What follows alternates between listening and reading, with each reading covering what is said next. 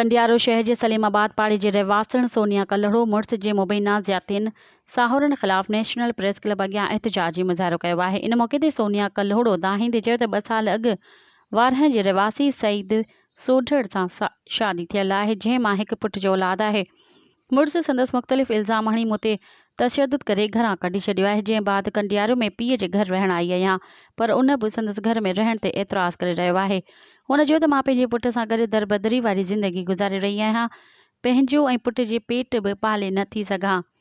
मुड़ुस ख़िलाफ़ कंडियारो थाणे ते बि दाह ॾिनी, संदसि का बि दाद रसी न थी। हुन SSP नौशरफ़ फिरोज़ समेत वस वारनि खां मुतालबो कयो त नोटिस वठी मुंहिंजी ज़िंदगी बचाए साहुरनि ऐं हुन जे माइटनि ख़िलाफ़ क़दम खणी मूंसां इंसाफ़ कयो वञे।